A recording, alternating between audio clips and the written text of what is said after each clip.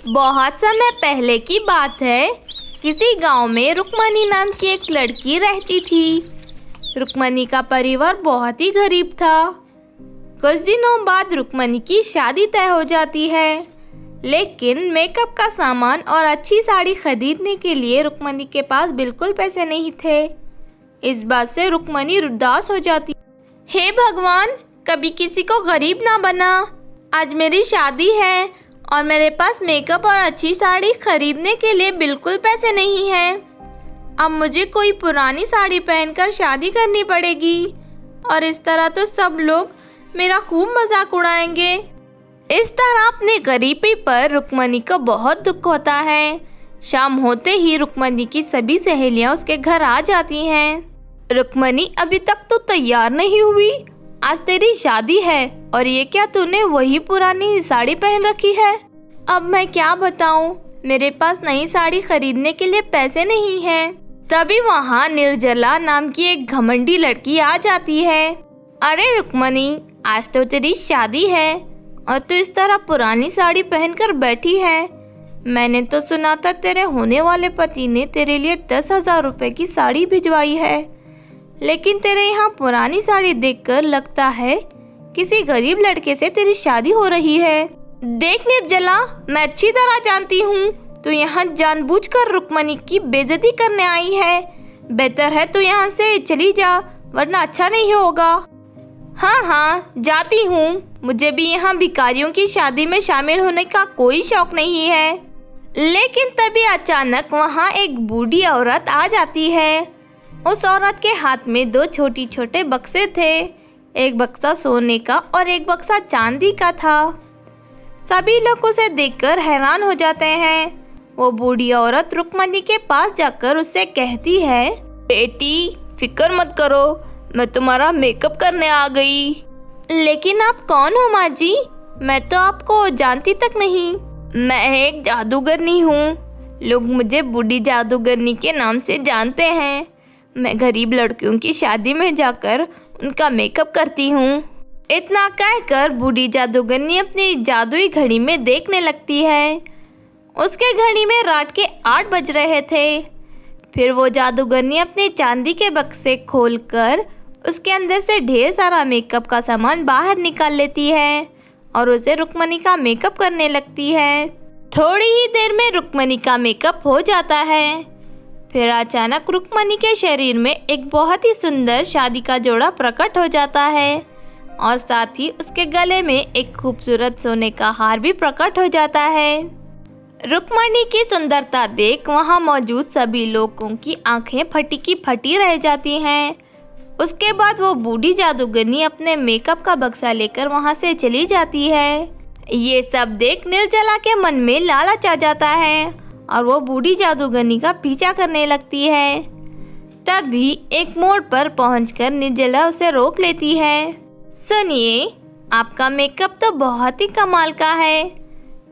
क्या आप ये दोनों मेकअप के बक्से कुछ दिनों के लिए मुझे दे सकती हैं?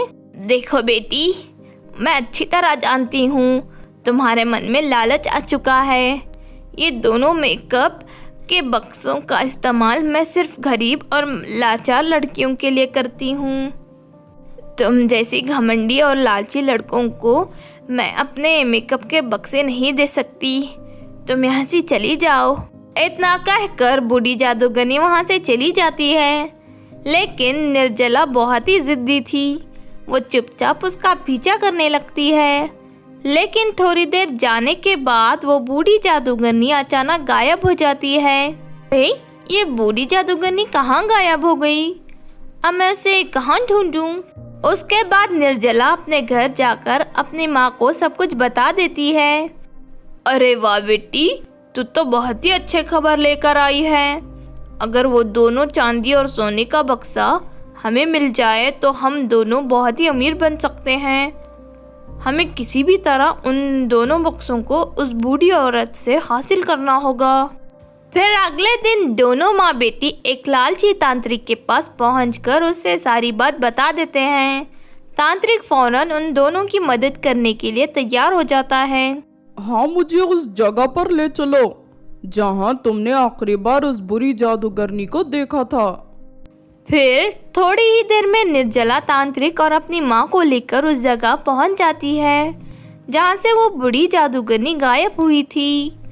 तांत्रिक गौर से जमीन में देखने लगता है, तभी उसे जादूगरनी के पैरों के निशान दिखाई देते हैं। जादूगरनी निशान के ऊपर मौजूद मिट्टी उठाकर उसे एक गुड़िया बना लेता है।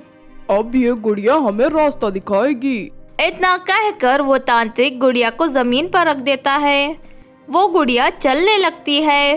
फिर वो तीनों गुड़िया का पीछा करते हुए उस जादूगरनी के घर पहुंच जाते हैं। जादूगरनी के घर बहुत ही सुंदर था, लेकिन उस वक्त जादूगरनी घर पर मौजूद नहीं थी। तभी तांत्रिक अपने मंत्र से घर का दरवाज़ा खोल लेता है। उसके बाद वो तीनों घर के अंदर जाकर मेकअप के बक्से ढूंढने लगते हैं। तभी उन्हें टेबल के ऊपर सोने और चांदी के बक्से रखे दिखाई देते हैं। ये देख तीनों बहुत खुश होते हैं और उसे उठाकर वहाँ से चले जाते हैं। फिर थोड़ी देर के बाद दोनों माँ बेटी तांत्रिक के साथ उसे गुफा में पहुँच जाते हैं। चलो जल्दी से इस मेकअप का इस्तेमाल करते हैं। उस बूढ़ी जादूगरनी ने रुक्मणी के चेहरे पर ये चांदी का मेकअप लगाया था, जिस वजह से रुक्मणी को सोने का हार मिला था।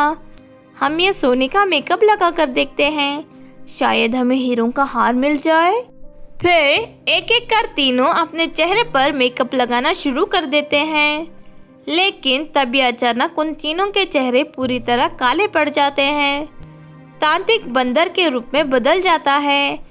ये देख दोनों माँ बेटी घबरा जाते हैं, लेकिन अगले ही पल वो दोनों भी गधे के रूप में बदल जाते हैं। तभी वहाँ बूढ़ी जादूगरनी पहुँच जाती है। तुम तीनों लालची बेवकूफ़ हो। मेरा जादुई सोने का मेकअप रात में लगाकर बहुत ही बड़ी गलती कर दी। रात में सिर्फ चांदी का मेकअप लगाया जाता है। अब तीनों को तुम्हारी किए की सज़ा मिल गई है। तुम तीनों इसी तरह जिंदगी भर जानवर बनकर रहो। उसके बाद वो बूढ़ी जादूगरनी अपने दोनों मेकअप के बक्से उठाकर वहाँ से चली जाती है।